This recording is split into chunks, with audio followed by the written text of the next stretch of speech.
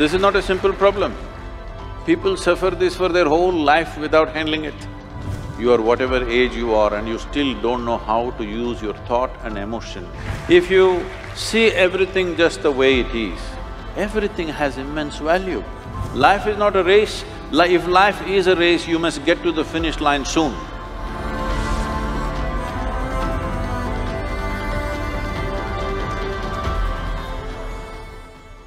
I often find myself in a situation where I'm not happy with myself. I compare my abilities, achievements, and even my appearance with that of others. And I think that's one reason for my low self-esteem. How do you think I can build up on my self-esteem and get rid of the self-hatred that I have? Well, this self-esteem, this self-confidence, all these things unfortunately have been sold a lot on the planet. Why do you need esteem? Why do you need esteem? Esteem is because you want to be little one-up on somebody else all the time. Unfortunately, our education systems were made like this, right from kindergarten. Who is first, who is second, who is third? You want to be first. So, your sense of happiness is only when everybody is doing worse than you. What kind of life is that?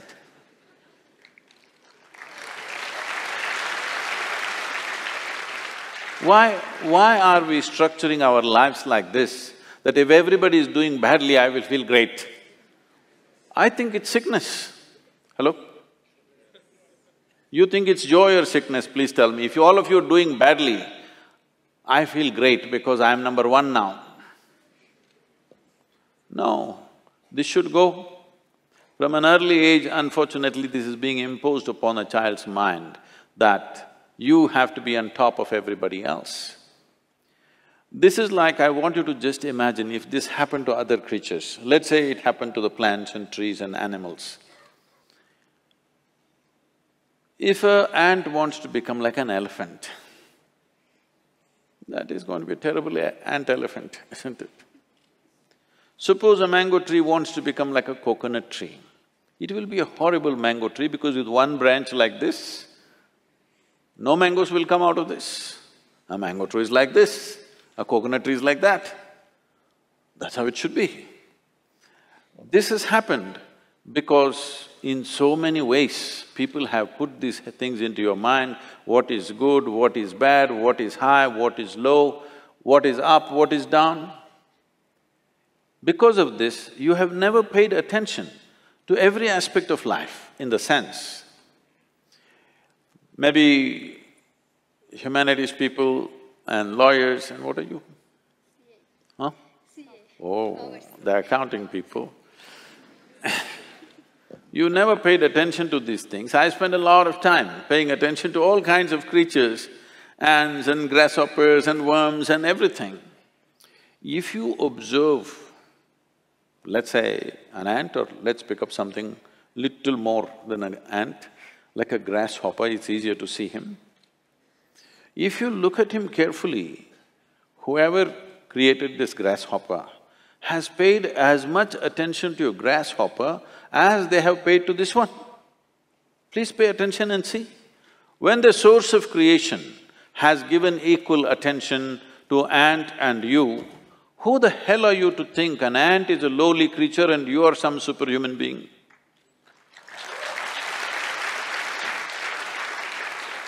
Why are you making this judgment? Creation has not made this judgment. You may think you're superior simply because you're in a blatant manner, you're walking on this planet, but that's not true. The fact of the matter is like this. See, if all the worms on this planet, right now if all of them die, all the worms, in about 12 to 18 months, all life on this planet will cease, everything, including you and me. Suppose all the insects die today, in something like 2.5 to 4 years' time, all life will cease. But if all the human beings die, the planet will flourish.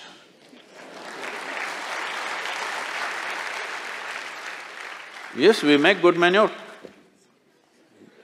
If human beings go away, right through this building trees will grow, isn't it? Yes or no?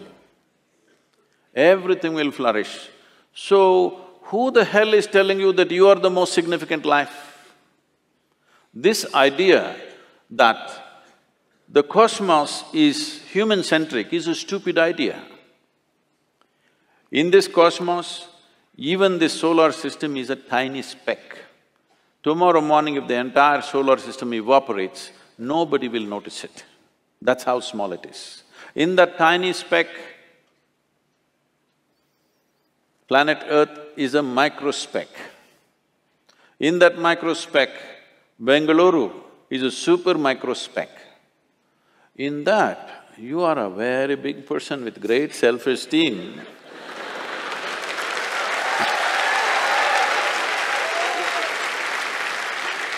This is not a simple problem. People suffer this for their whole life without handling it.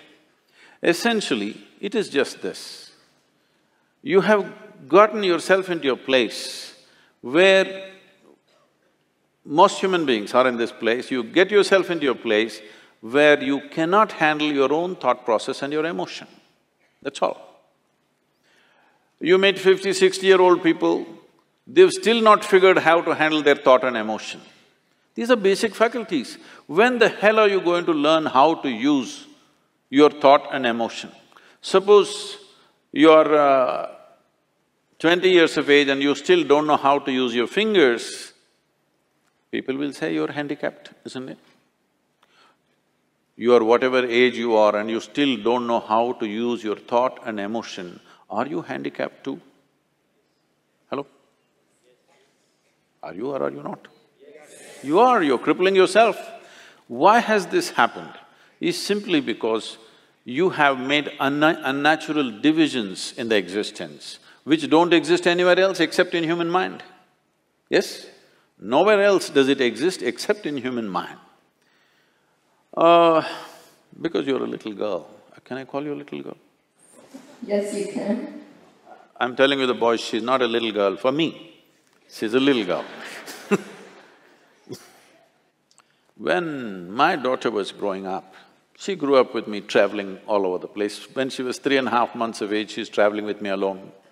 I'm driving all over India with her in the strapped to the seat of the car.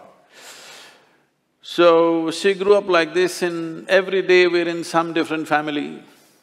People are wonderful, but there is a problem with the adults. The moment they see a child, they want to teach the child something that's not worked in their life.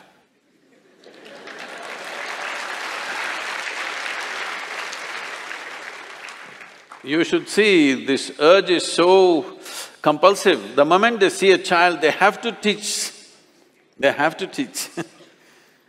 So I made one rule, see, you can play with her as much as you want, you can talk to her, but nobody is going to teach her anything. But Sadhguru, she won't learn anything, ABC at least 1, 2, 3. I said, no 1, 2, 3. Then they said, she won't know how to count even her fingers.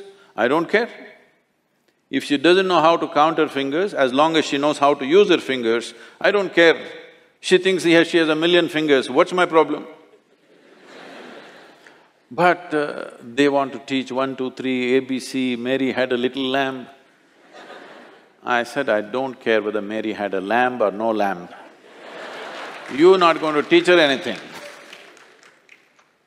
So nobody taught her anything. She's all ears, everybody treated… because if you have nothing to teach, you have to treat somebody like your equal.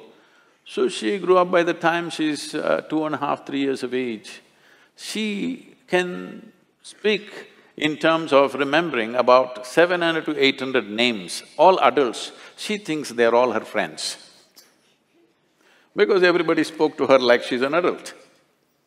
And I would not have sent her to school, but my schedule went totally crazy and I had to put her in some school. So when she was 12, 13 years of age, one day she came back home and something that happened at school disturbed her. So she came and came to me and said, you're teaching everybody so many things, you're not telling me anything. I said, see, I don't do it unsolicited. now that you've come, just sit down. This is all you have to know. Never look up to anybody. She looked at me like this, what about you, kind of thing. I said, especially me, because the moment you look up to me, you will miss it completely. If you look at me just the way I am, there is a lot of value to it. If you look up to me, what will you do? Probably take my picture and nail it to your wall, like you nailed so many people who are of value in this world. You just look at me for what I am, don't look up to me, and never look down on anybody. This is all. Never look up to anything, never look down on anything. If you see everything just the way it is, everything has immense value. Everybody has a place and value to their life, isn't it? Every creature has value. Because we did not realize that, how many things we have destroyed in this world? Simply because we think this is valuable, this is not valuable.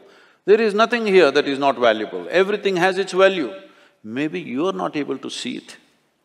So don't set yourself up like this, you versus the rest of the world. It's a bad competition to get into. You want to be number one on this planet. It's a horrible place. Everybody below you and you up. Is it a good place to be? I think it's a sick place. This attitude of wanting to be ahead of somebody needs to go. Well, for fun in a game or something you compete, that's different. Life is not a competition, life is not a race. If life is a race, you must get to the finish line soon. If you think life is a race, you must be at the finish line today, I can tell you how. You want to go there? No. This is not a race. This is a tremendous privilege that we have come as human beings. This means our ability to experience life is of a much larger proportion than any other creature on this planet. That is the significance of who we are, yes? We can experience life in many more vivid ways than how an ant can experience, how a grasshopper can experience, how somebody else can experience. This is our privilege. Instead of experiencing life, we are trying to win the race. If you win the race, you should be in the crematorium today.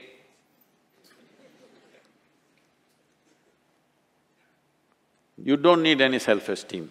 In this culture, if you don't know this, there may be people with names like this, there will be one Ramadas, one Krishna Das, one whatever. What this means is people are consciously taking the name of being a slave. Because a joyful, willing slave is a tremendous human being. Only somebody who's been enslaved by somebody is a different matter. But willingly, I'm willing to do whatever is needed in this world, is a wonderful slave, isn't it? I'm one.